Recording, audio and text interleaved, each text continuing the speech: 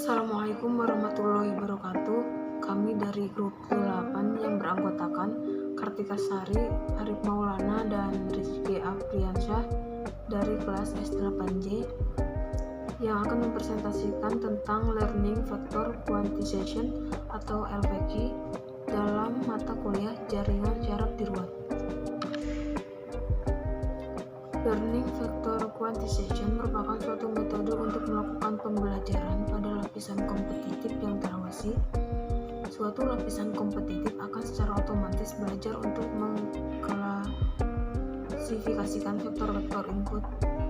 Kelas-kelas yang didapatkan sebagai hasil dari lapisan kompetitif ini hanya tergantung pada jarak antara vektor-vektor input. Jika dua vektor input mendekati sama, maka lapisan kompetitif akan meletakkan kedua vektor input tersebut ke dalam kelas yang sama. Arsitektur LVQ.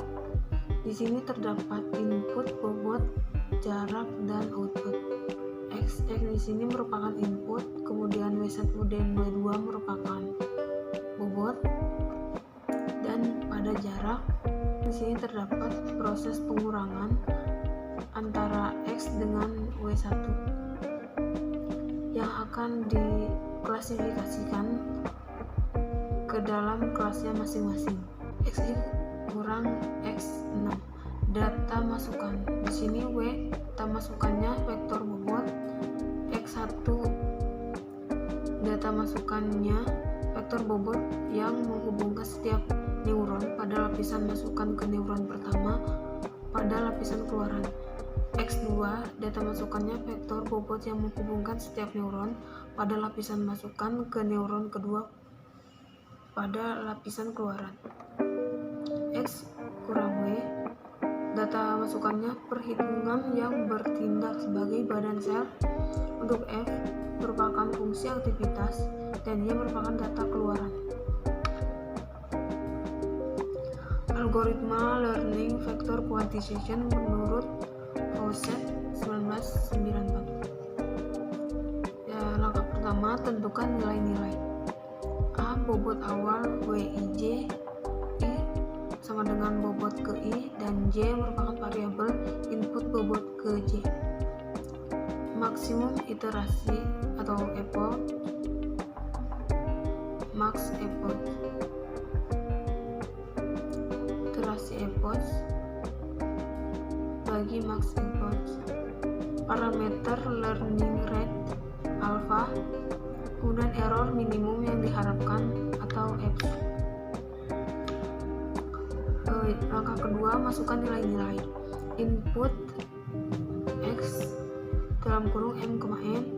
N di sini merupakan menu data ke M dan N menunjukkan variabel input ke N. Target T dalam kurung 1, M. Langkah ketiga, tetapkan kondisi awal. Di sini epoch sama dengan 0 dan errornya sama dengan 1. Langkah keempat, kerjakan jika epoch lebih kecil dari max epoch atau alpha lebih besar dari F.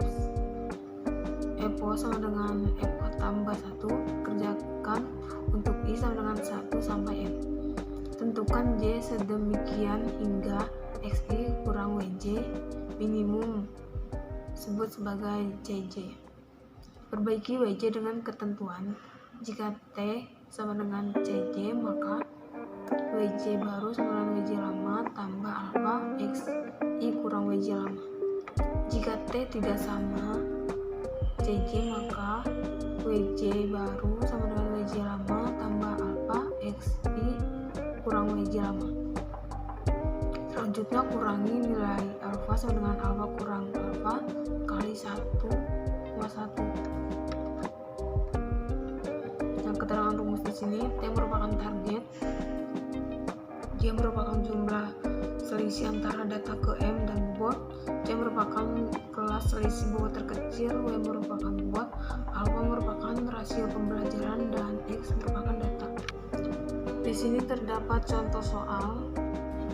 5 vektor akan ditetapkan pada dua kelas, yaitu vektor X1 dengan nilai 1100 pada kelas 1, kemudian X2 0001 pada kelas 2, kemudian X3 0011 pada kelas 3, dan X4 nya 1000 pada kelas 4, dan yang terakhir X5 0110 pada kelas 5.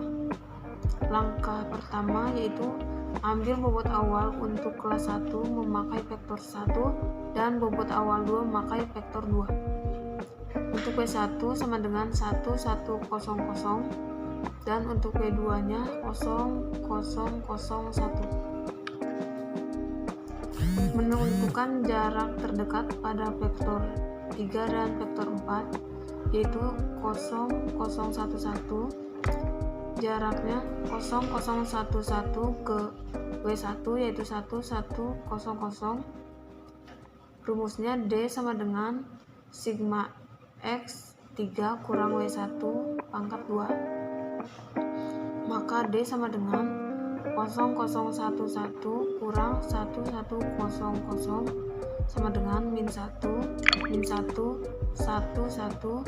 sama dengan min 1 pangkat 2 tambah min 1 pangkat 2 tambah 1 pangkat 2 tambah 1 pangkat 2, maka hasilnya sama dengan 4.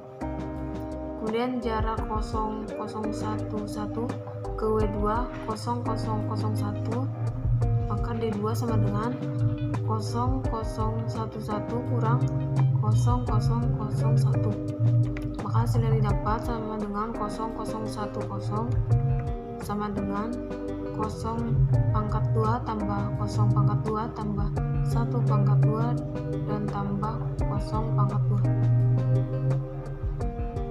2, maka hasil yang didapat sama dengan 1. Kesimpulannya, dipilih jarak terpendek yaitu W2 sehingga vektor kedua dimasukkan ke kelas 2 dengan cara yang sama pada vektor 4 dan 5.